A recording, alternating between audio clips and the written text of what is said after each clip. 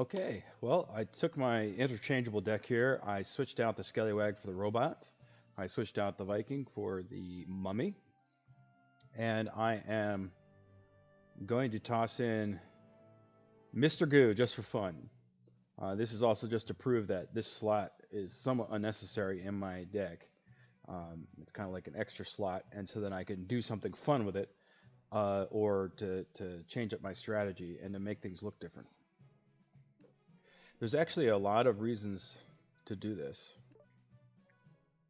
Um, when you get further along in the game, you end up playing with the same opponents over and over and over again because they're the ones around you in the rankings.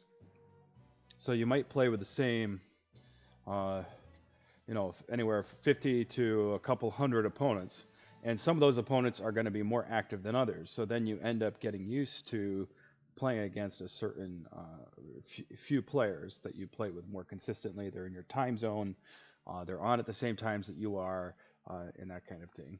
And you get kind of used to their strategies.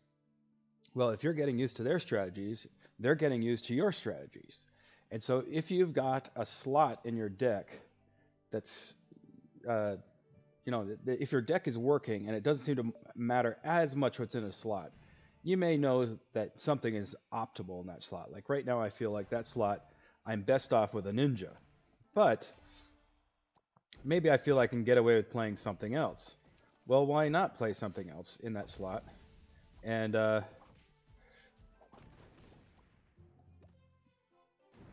boom, two for the price of one. Well, really two for the price of two. Uh, you know, you put something else in that slot, vary up your strategy, and then your opponents don't really feel like they know how to plan for you.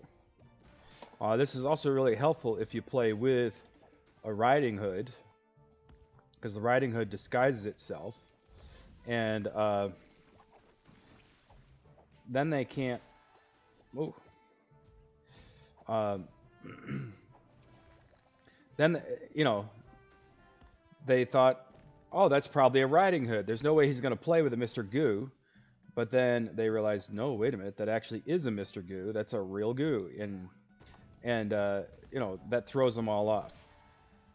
So if you keep varying things up, you play with a Riding Hood to make it that much more annoying for them, and they you can really mess with your opponent's heads, which is part of good strategy.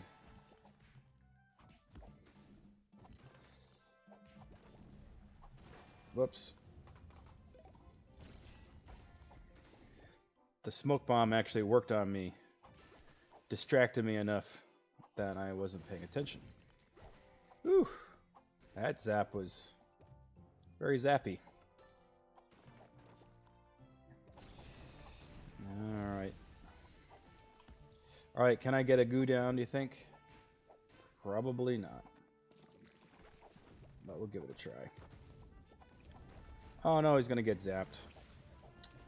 Oh man. Too bad. Alright. So I was actually able to get off a defensive Goo there. I actually think that Mr. Goo is really not that bad on defense. I don't, there's other units I'd rather use for defense, but if you have Mr. Goo in your deck, threaten to send him down for hearts every once in a while, but also just use him as a defensive tool. You plop him in front of something, and he almost always kills it. If he doesn't kill it with his attack, he'll kill it with his poison, and that makes him pretty useful in a lot of ways. All right, so I have 662 trophies, and I am now ranked number 545 in the game. And so my goal is to try and gradually grow my account with upgrading my units and getting all the units. I almost have them all. I have 37 out of 41. These are the ones I'm missing. I really would like that trap brick. That's pretty nice. And then if I get the no cast area, then I can start doing devil no cast area combos. you know, which isn't as powerful as it used to be, but I can still make use of it. So I'm slowly trying to grow and upgrade all the cards in my deck.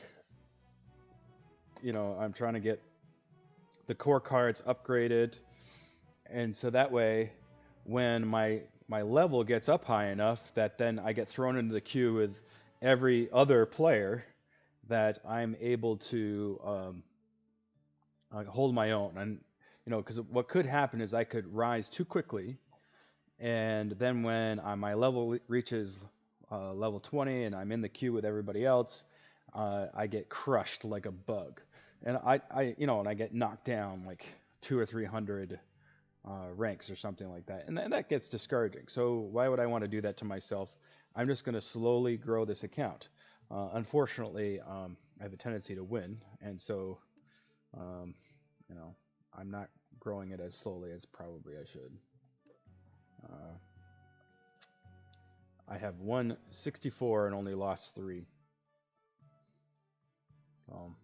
But I want you to look. I have won 64 and I've lost 3, and I have made it to rank. I'm ranked 554.